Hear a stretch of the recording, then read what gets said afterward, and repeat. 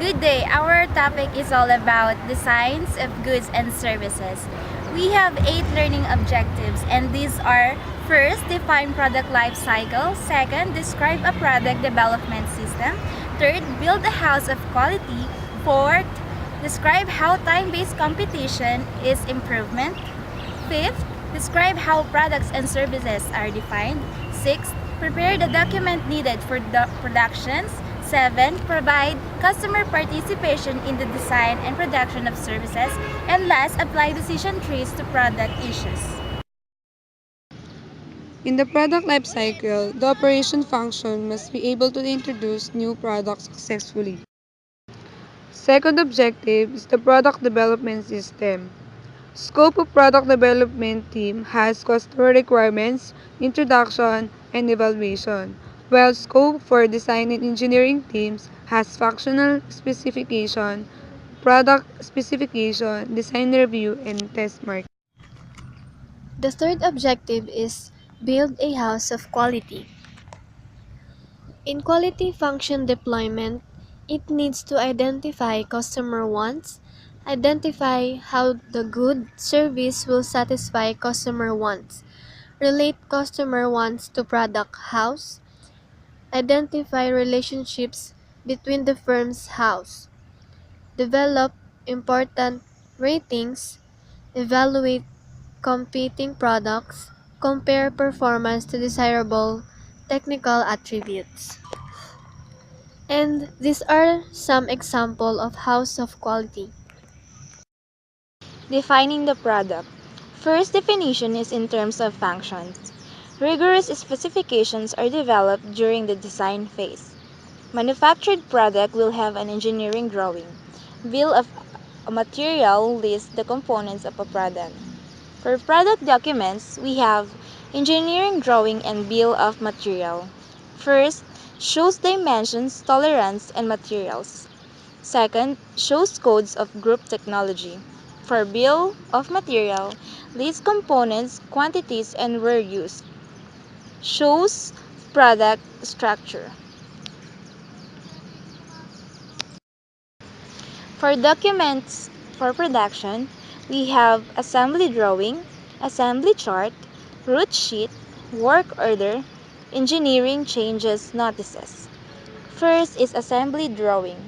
It shows exploded view of product. It details relative locations to show how to assemble the product. Second is the assembly chart.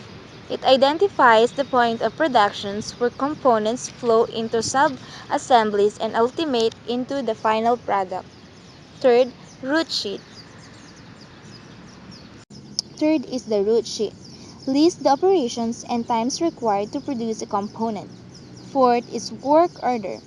Instructions to produce a given quantity of a particular item, usually to a schedule. And last, engineering change notice. A correction or modification to a product's definition or documentation. We have engineering drawings and bill of material. For the last objectives, configuration management, the need to manage ECN has led to development of configuration management system. It's a product plan and changing components are accurately identified and control and accountability for change are identified and maintained. So we have product lifecycle management. It integrates software that brings together most, if not all elements of product design and manufacture. It has product design, CAD or CAM, product routing, materials, assembly, and environmental. We have service design. It's the service typically includes direct interaction with the customer because it increases opportunity for customization and reduce productivity. And cost and quality are still determined at the design stage because delay customization, modularization, reduce customer interaction often through automations. So we have to show you the service design examples.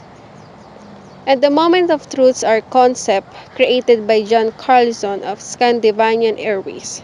It's critical moment between the customers and the organization that determine customer satisfaction because there may be many of these moments are opportunities to gain or lose business.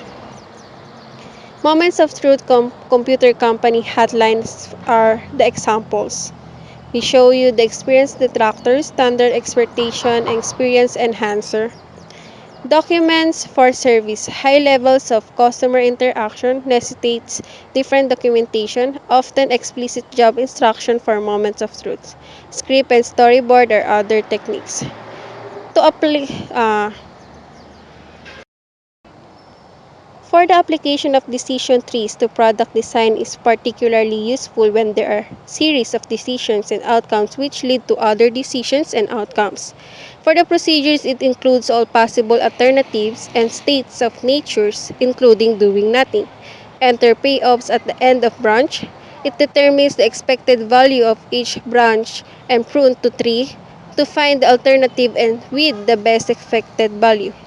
So, we show you the decision tree example. For the transition to productions, it knows when to move to productions because product development can be viewed as evolutionary and never complete. The product must move from design to production in a timely manner, and most products have a trial production period to ensure producibility, development tooling, quality control and training, and to ensure successful productions. And its responsibility must also transition as the product moves through its life cycle, as line management takes over from designs. And lastly, three common approaches to managing transitions is the project managers, product development teams, integrate product development, and manufacturing organizations.